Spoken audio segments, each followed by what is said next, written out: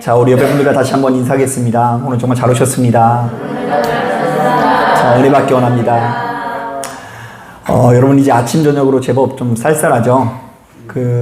해도 빨리 떨어지고 좀 쌀쌀해지니까 여러분들 마음이 조금 우울해질까봐 걱정인데 하나님께서 여러분들과 동행하신다라는 것을 믿고 크게 은혜 받으시는 저와 여러분들이 되기를 주님의 이름으로 축복합니다. 자, 오늘 우리가 읽은 이 본문을 보면 예수께서 당신의 제자들에게 상당히 부담스러운 요구를 하고 계신데요. 자, 우리 다 같이 3절 말씀, 4절 말씀 함께 읽어보겠습니다. 시작.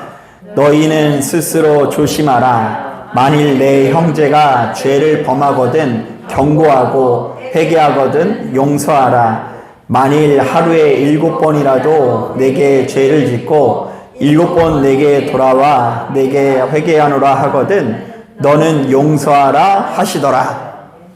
자, 주님께서는요, 너희 형제가 설령 큰 범죄를 저질렀다고 할지라도 다시금 돌아와서 용서를 구하면 하루에 몇 번이라도 용서해 주라고요? 7번이라도 용서해 주라고 말씀하십니다. 사실 여러분, 교회를 다니는 우리들이 평상시 가장 어렵게 느껴지는 것 중에 하나가 용서 아닙니까? 특히 우리가 받은 상처가 크고 배신감이 클수록 누군가를 향한 분노의 마음을 푸는 것이 정말 쉽지 않죠. 자, 여러분, 우리가 누군가를 제대로 미워하면 그게 얼마나 큰 고통인지 모릅니다. 왕년에 누구 미워해 본 적이 있으신 분들은 알겠지만, 자, 눈을 감아도 화가 나요, 안 나요? 화가 나고, 눈을 떠도 화가 나고, 자, 기도하려고 이렇게 두 손을 모았는데도 불구하고 화가 나요, 안 나요? 다 아무도 안 해봐가지고 모르겠지만, 그냥 누군가를 진짜 제대로 미워하면 눈을 감아도 화가 나고 떠도 화가 나고 기도해도 그 분노의 마음이 조금도 사그라들지 않는 거예요. 자, 그런데 이런 상황 속에서 7번은커녕 딱 한 번 용서하기도 쉽지 않을 것 같다라는 생각이 듭니다. 자, 그래서일까요? 바로 이런 주님의 말씀을 듣고는 자, 제자들이 이렇게 말합니다. 자, 주여 우리에게 믿음을 더하소서. 자, 이게 뭐예요? 자신들도 그렇게 하고는 싶지만 믿음이 부족해서 누군가를 좀처럼 용서하기 어렵다라는 것이죠. 자, 그런데 저는 이 본문에 나오는 바로 이 제자들의 고백이 사실은 오늘날 이 시대를 살아가는 우리들의 고백이라는 생각이 들었는데요. 자, 엄연히 따졌을 때 우리도 역시 사랑의 하나님을 믿는다고 하면서도 좀처럼 순종하지 못하는 계명들이 상당히 많이 있죠. 자, 우리도 역시 원수마저 아끼고 살아가는 하나님의 명령에 순종하지 못하고요. 하루에 7번이라도 용서하라는 하나님의 명령에 순종하지 못할 때가 참으로 많이 있습니다. 자, 아니, 어떤 면에서 우리들은 세상 사람들보다도 미움과 분노의 마음에 사로잡힐 때가 훨씬 더 많은 것 같기도 하다라는 생각이 듭니다. 자, 그렇다 보니 우리도 전능하신 하나님 앞에서 이렇게 기도할 때가 참 많을 것 같아요. 한번 따라하겠습니다. 주여, 우리에게 믿음을 더하소서. 자, 그런데 오늘 본문을 보니까 누군가를 좀처럼 용서할 수 없어서 우리에게 믿음을 더해달라는 제자들에게 우리 주님께서 이상한 말씀을 하십니다. 자, 뭐라고 말씀하고 있을까요? 우리 다 같이 6절 말씀 같이 한번 읽어보겠습니다. 시작. 주께서 이르시되 너희에게 겨자씨 하나일 만한 믿음이 있었더라면 이 뽕나무더러 뿌리가 뽑혀 바다에 심기어라 하였을 것이요 그것이 너희에게 순종하였으리라. 여러분, 사실 저는 아주 오랜 시간 동안 바로 이 말씀을 치유와 기적이 필요한 순간에 사용을 했거든요. 자, 예를 들면 사모님이 아플 때 기도해 주면서 이런 얘기를 한 것 같아요. 여보, 지금 내가 기도해 줄 때 당신의 병이 고쳐질 것을 믿어? 저렇게 믿음이 없어요. 아멘 안 하시잖아요. 그러면 제가 이야기를 여보, 내가 기도해 줄 때 그것이 낫는다라는 믿음이 있어야지 기적이 나타나는 거야. 자, 우리에게 겨자씨만한 믿음이 있으면 이 산을 들어 저 바다에 던지는 역사가 나타난다. 그러면서 믿음을 가져야 기적을 갖는다라는 식으로 전했던 기억이 상당히 많이 있습니다. 자, 그러나 적어도 오늘 본문의 전후 문맥을 고려해보면, 자, 바로 이 말씀은 철저히 용서라는 개념과 연결시켜야 하는데요. 자, 우리가 누군가를 사랑하고 용서하는 것은 믿음이 좋은 사람이 하는 것이 아니라 우리 안에 얼마만한 믿음이 있더라도요, 겨자씨만한 믿음이 있기만 해도 충분히 얼마든지 사랑하고 용서할 수 있다는 것입니다. 한번 따라해 볼까요? 겨자씨만한 작은 믿음일지라도 얼마든지 큰 용서를 할 수 있다. 네, 집에 가서 한번 이 본문의 구조와 흐름을 한번 봐보세요. 이렇게 그렇게 되어 있어요. 자, 그러면서 7절부터 10절을 보니까 한 가지 비유를 통해서 예수 믿는 우리들이 가져야 하는 믿음이 어떤 믿음인지를 우리에게 아주 자세히 소개하고 계신데요. 자, 이른바 무익한 종의 비유를 우리에게 제시하고 계십니다. 자, 그 내용을 요약해보자면 이런데요. 만약 우리에게 종이 있다면 그 종은 열심히 일하고 돌아왔다고 해서 대우받거나 인정받지 않는다고 하죠. 자, 주인 입장에서 아이고 종님, 당신 덕분에 우리 집 재산이 늘어만 가니 참 감사합니다. 열심히 일하고 돌아오셨으니 이리 앉으십시오. 제가 밥을 차리겠습니다. 자, 이렇게 주인이 말해요, 안 해요? 안 한다는 거예요. 자, 도리어 주인은 종이 열심히 일하고 왔다고 할지라도 이렇게 말한대요. 자, 가서 내 저녁부터 준비하거라. 내가 먹고 마실 동안 허리를 동이고 시중을 들고 그리고 나서 내 음식을 먹어라. 왜요? 종은 무익한 종, 즉 보잘것없는 사람으로서 주인의 명령에 복종하는 것이 당연하기 때문입니다. 자, 한 번 더 따라하겠습니다. 종은 주인의 명령에 복종하는 것이 당연한 일이다. 자, 그렇다면 여기에서 우리가 가져야 하는 믿음은 어떤 믿음 말할까요? 아주 간단합니다. 우리가 믿고 의지하는 예수께서는 나의 주인님 되시고 우리들은 그분의 종이라는 믿음을 가져야 한다는 것입니다. 사실 이 교회를 다니는 우리들은 자신도 모르는 사이에 주님이라는 말을 이 교회 안에서 제일 먼저 배우지 않습니까? 자, 특히 기도하는 중에 내가 믿고 의지하는 예수를 예수라고 부르기보다는 주로 뭐라고 불러요? 주님이라고 부르면서 기도하죠.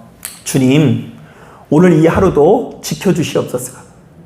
주님, 나의 길을 인도하여 주시옵소서. 자, 그런데 성도가 우리 예수님을 주님으로 부른다라는 것에는요, 크게 세 가지 의미가 있는데요. 자, 첫째, 예수께서 나의 주인님 되시고 나는 그분의 뭐가 된다는 얘기예요? 종이라는 이야기예요. 자, 둘째, 그러므로 종된 나는 이제부터 나의 뜻이 아닌 누구의 뜻대로 살겠다는 이야기죠. 주인 대신 예수의 뜻대로 살겠다는 이야기입니다. 자, 그리고 세 번째로 나는 예수의 종으로서 주인 대신 예수님 앞에서 나 자신의 공로를 함부로 주장하지 않겠다라는 의미가 담겨 있죠. 자, 여러분 한번 정리해 보세요. 첫 번째, 예수께서 나의 주인 되시고 나는 그분의 뭐다? 종이다. 자, 두 번째, 그러므로 종된 나는 나의 뜻이 아니라 누구의 뜻대로 살겠다? 주님의 뜻대로 살겠다. 자, 셋째, 나는 예수님의 종으로서 나 자신의 공로를 함부로 내세우지 않겠다. 이게 주님이라는 말 안에 담겨져 있는 신앙의 의미예요. 자, 그런데 생각보다 많은 성도님들이 예수를 주님이라고 부르면서도 정반대의 신앙생활을 할 때가 참으로 많이 있습니다. 자, 일단 진짜 주인은 누구예요? 나 자신이고 예수께서는 나의 심부름 뿌릴 때가 많죠. 예수님, 빨리 가서 일하십시오. 자, 두 번째, 그러므로 예수께서는 나의 뜻을 따라서 내가 원하는 바를 죄다 들어주시옵소서. 내가 정말 대단한 일꾼으로서 교회 안에서 이런저런 공로를 세웠으니 예수께서는 이런 나를 인정하여 주시옵소서. 여러분, 이렇게 신앙생활 할 때가 있어요, 없어요? 내가 나를 봐도 너무 대단한 거예요. 내가 무려 하나님께 100일을 작정했어요. 100일을 하루도 안 빼놓은 공로를 세우니 누구도 나를 알아줘야 될 것 같아요? 주님께서도 나를 알아주셔야 직성이 풀리는 것이 우리들의 신앙생활이라는 것입니다. 자, 그런데 바로 이러한 이유로 예수 믿는 사람들이 세상 사람들보다도 참으로 아나무인인 경우가 굉장히 많이 있습니다. 자, 왜요? 세상 사람들은요, 그래도 눈치를 보거든요. 자신의 선배, 직장 상사, 내가 보시던 사장님, 회장님의 눈치를 보면서 그래도 복종하는 신용을 취하는데, 아니, 예수 믿는 사람들은 그 누구도 눈치 보지 않고 가는 곳곳마다 자기 마음대로 행동하는 것입니다. 왜 안 그렇겠습니까? 우리가 믿고 의지하는 예수님마저도 자신의 심부름꾼 정도로 여기는 사람들이 누구의 말을 듣겠습니까? 자, 한번 따라해 보겠습니다. 예수 말을 안 듣는 사람은 그 누구 말도 안 듣게 되어 있다. 예수님 말도 안 들으면서 누구 말을 들어요? 예수님 말을 안 들으면 누구 말도 들을 수가 없는 거예요. 자, 이런 사람들은 그렇다 보니 가는 곳곳마다 선지자나 선생 노릇하고요. 가는 곳곳마다 자신의 공로를 내세우면서 타인 위에 군림하라는 경향이 나타날 수밖에 없습니다. 제가 이 며칠 전에 제 친구 중에 제법 큰 교회에서 부교육자 생활을 하는 친구와 대화를 나눈 적이 있는데요. 자, 그 친구는 그 교회에서 속회 모임을 전문적으로 관리하는 사역을 했는데요. 자, 속회 모임을 관리하다 이런 생각이 들었대요. 자신이 가만히 보니까 처음 시작할 때 믿음이 굉장히 좋아 보이는 사람들끼리 모이는 속회는 의외로 잘 안 되고요. 약간은 불량해 보이는 사람들끼리 모인 속회가 훨씬 더 운영이 잘 되더래요. 신기하죠? 하루에 기도를 12시간씩 하는 사람들끼리 모임은 이상하게 싸움이 나고, 그리고 자기가 좀 부족하다고 생각하는 사람들, 믿음이 떨어진다라고 생각하는 사람들끼리 모아놨더니 너무 화기애애의 한마음이 돼가지고 좋은 성품으로 똘똘 뭉치더랍니다. 자, 그래서 가만히 생각해보니, 자, 어떤 모임이든 그 모임이 잘 되기 위해서는 우월감을 가지면 안 되죠. 정죄하고 판단을 해서는 안 됩니다. 누가 고민거리 얘기하고 아픔을 얘기했는데 그거 네가 기도 안 해서 그래, 이러면 그거 얘기하지 말라는 거 아닙니까? 그 외식하는 거, 자기가 좀 잘 되면 겸손해야 되는데 역시 내가 이렇게 굉장한 노력을 취해가지고 이렇게 성공한 것처럼 이야기를 하니까 말하는 것마다 부딪히는 거예요. 그런데 간혹 우월감, 정죄와 판단, 외식은 두말할 것도 없이 세상 사람들도 이것을 버리기 위해서 노력하는데, 간혹 믿음이 좋아 보이는 사람들 중에 그렇게 우월감 내지는 정죄와 판단, 외식에 이끌리는 경우가 참 많다는 거예요. 자, 저는 이것이 정말 일리 있다는 생각이 들었는데요. 자, 우리가 겉으로 예수를 믿노라면서 단 한 번도 종으로서 살아본 적이 없고 매번 주인된 삶을 살아가는 신앙생활은 결단코 생명을 누릴 수 없는 것입니다. 그런 사람들은 자신도 모르는 사이에 우월감에 젖어 살고요.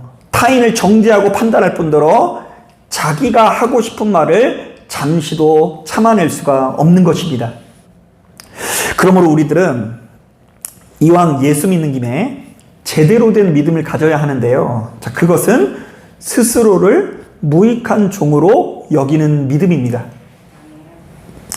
예수께서 우리의 주인 되시고 우리는 그분의 종이기 때문에 우리는 매사에 어깨에 힘을 줘서는 안 되죠.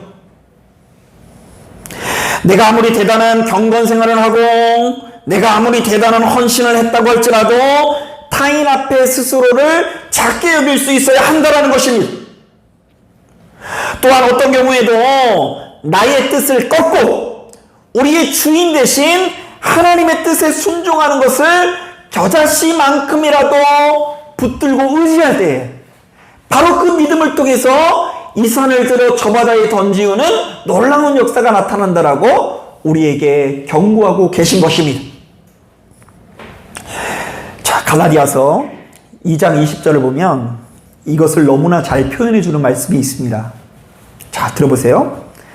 내가 그리스도와 함께 십자가에 못 박혔나니 그런즉 이제는 내가 사는 것이 아니요 오직 내 안에 그리스도께서 사시는 것이라. 이제 내가 육체 가운데 사는 것은 나를 사랑하사 나를 위하여 자기 자신을 버리신 하나님의 아들을 믿는 믿음 안에서 사는 것이라. 자, 예수를 구주로 영접하고 자기 자신을 종으로 여기는 자는 삶의 원동력, 어떤 삶의 근간이 달라질 수밖에 없다고 하는데요. 자, 1절에는 자기 자신의 욕망대로 살아가는 인생이었으라. 자기가 하고 싶은 대로 살아가는 인생이었으라. 이제는 그 모든 욕망들을 모조리 십자가에 매달고 내 안에 거하시는 주님의 뜻에 순종하는 법을 배워야 한다라는 것입니다.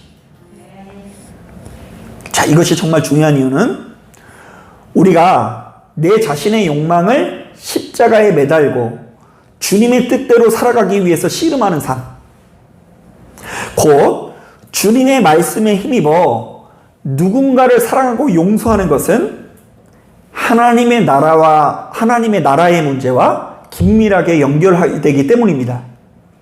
자, 오늘 본문을 보면 그런 흐름이 이어지고 있는데요. 자, 우리 20절, 21절 말씀 같이 한번 읽어보도록 하겠습니다. 시작.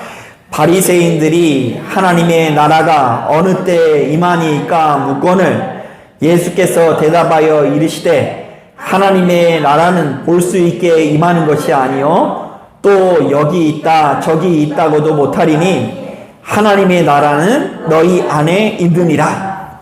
자, 여기서 우리 마음에 이루어진다는 하나님의 나라는 무엇을 말해요?